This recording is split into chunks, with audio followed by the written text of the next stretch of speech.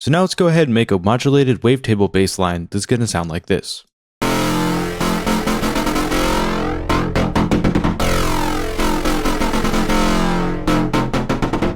This specific bass patch is going to make use of a lot of the performance envelopes that you have inside of Massive X. So to create this patch, I went ahead and just loaded up a new instance of the synthesizer, and we'll just enable that and open that up. And then I also have that on the initialized Massive X preset. So to start off this bassline, let's go ahead and drop down the pitch of the first oscillator to -12. So that way we have a lower bass tone that we can work with. And then let's change the first wavetable to the squelchy waveform, which is under the remastered wavetables. And then for now, we can go ahead and just turn that down just so it's about 25% or so. And then we could turn up the volume all the way, make sure that's turned up. And so far that sounds like this. And then we can move over to our second wavetable, turn the volume all the way up. And we're going to change this to Moving Walls A, which is under the monster wavetables. Then we can go ahead and just bring down the wavetable position slightly, so that's pointing at about where the 2 is on wavetable 2. And then we can turn down the pitch control to -12 so that it matches the first wavetable. And that sounds like this. So it adds in a lot of additional higher frequency harmonics and distortion. And then we can go ahead and change the different playback modes of the oscillator.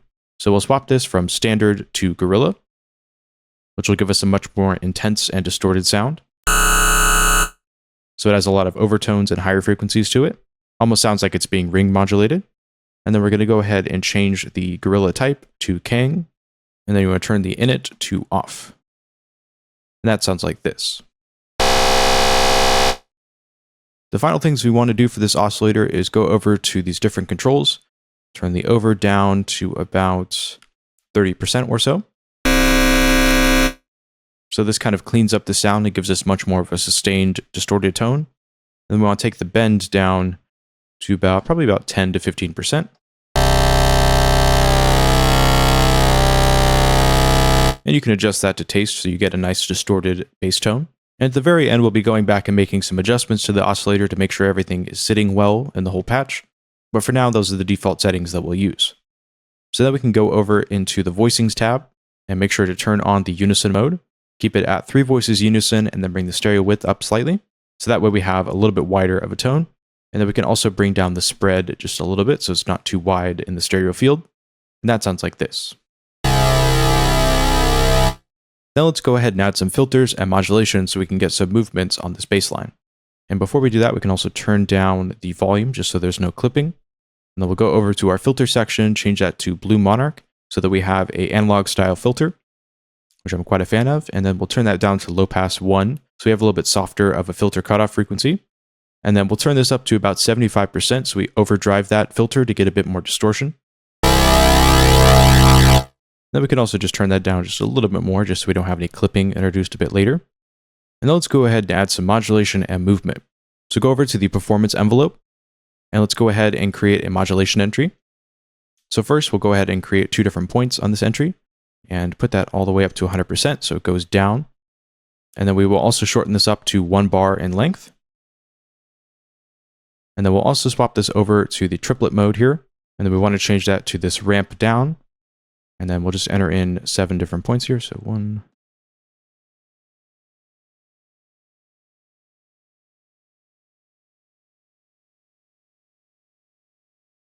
And we can also make some more adjustments here. So we'll take this and move that over just a little bit. And then we can also go ahead and click in this white area up top, select all the different points in this waveform. And then we'll go over to these different modulation scaling menus. And we can increase that amount so that it starts off a little bit slower and then speeds up as the envelope is playing back. And then we can go ahead and assign this to the different parameters on our synthesizer. So first, let's apply this to the wavetable, and that'll be wavetable number 1.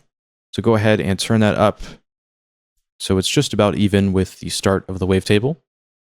And then we also want to go into this menu and select key as the launch mode so that whenever the key is pressed on the keyboard, it'll relaunch that envelope. So far that sounds like this. And then we want to assign that to the volume of everything. So we'll turn down the volume of these 2 different oscillators. And then we'll also assign this. So we'll have those move up in volume. And then we'll have that also applied to the wavetable position on oscillator number 2. And so far that sounds like this.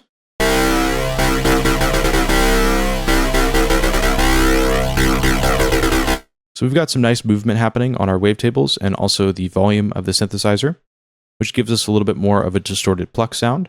We can take down the volume of the first oscillator slightly, just so that there's a bit of variation between these two different oscillators' volume.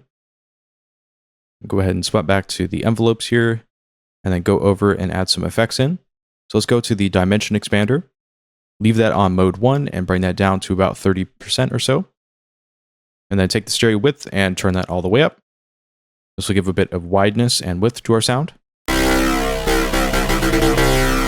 it almost sounds like a reverb effect. And then let's go ahead and add in an actual reverb. So turn that on, bring the mix all the way down because we'll be modulating this as an effect a bit later.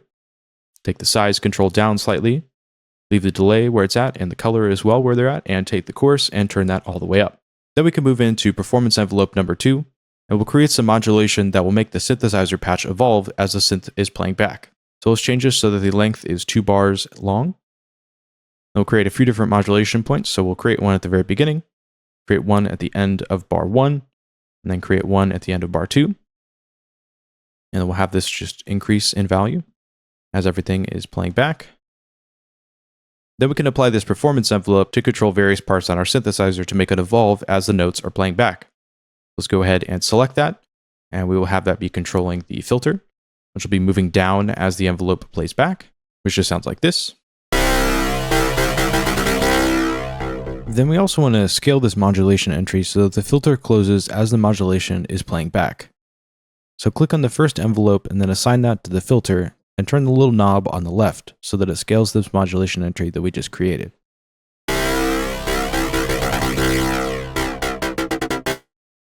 So the synth patch becomes a lot more plucky as the synth is evolving.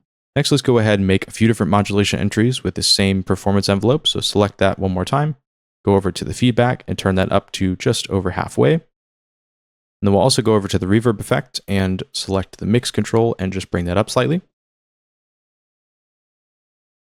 So the reverb will be increasing as the sound is playing back. And that sounds like this.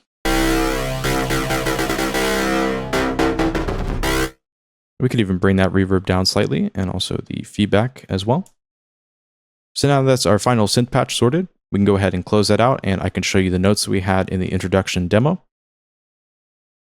So if we can look at that note, it's just an F in the first octave being played back for 4 bars. And all of the different modulation that we created is what gives the sound its character. So we can just close that out and I can play you back the bass and it sounds like this.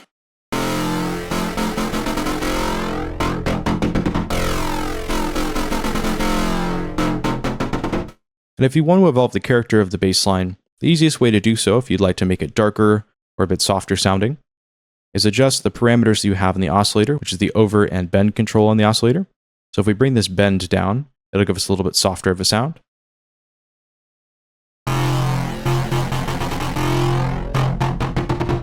Or if we bring this up in value, it'll give us a lot more distorted and high frequencies in the bass sound.